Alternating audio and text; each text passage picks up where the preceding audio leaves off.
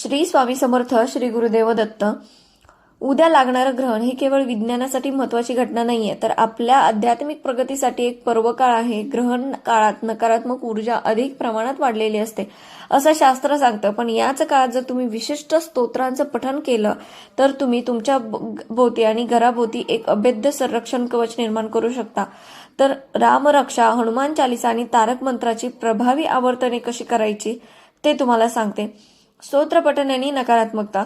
स्तोत्र म्हणजे केवळ शब्द नाही, तर ते नाद ब्रह्म आहेत. ग्रहण काळात जेव्हा बाह्य वातावरणात दूषित लहरी असतात, तेव्हा स्तोत्रांच्या उच्चारणामुळे निर्माण होणारी कंपने आपल्या घरातील नकारात्मकता शोषून घेतात आणि सकारात्मक ऊर्जेचा संचार करतात.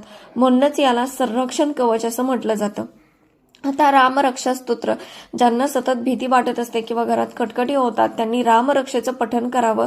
ग्रहण काळात रामरक्षेची 11 आवर्तने करण्याचा संकल्प करा. यामुळे तुमच्या शरीराच्या प्रत्येक भागाचे रक्षक होते आणि अशी या स्तोत्राची फलश्रुती आहे. हनुमान चालिसा. जर तुम्हाला मानसिक दुर्बलता जाणवत असेल तर हनुमान चालिसा हा रामबाण उपाय आहे. ग्रहण काळात सलग 21 वेळा हनुमान चालिसा वाचा. भूत पिशाच निकट नाही आवे या ओळीप्रमाणे कोणतीही वाईट शक्ती तुमच्या घराच्या उंबरठ्यात येऊ शकणार नाही.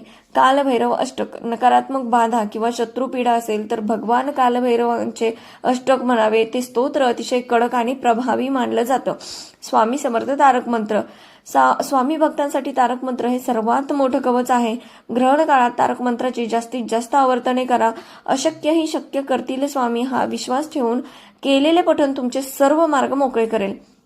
अचूक पद्धत काय आवर्तन करायची, तर लोकरीचं किंवा दर्भाचं आसन वापरायचं आहे. जमिनीची ऊर्जा खेचली जाऊ नये म्हणून.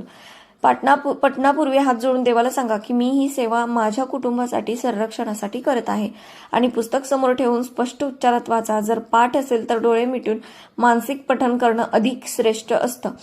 ग्रहण सुटल्यानंतर एक छोटासा उपाय करा. एका तांब्यात पाणी घ्या, त्यात तुळशीची पाने टाका.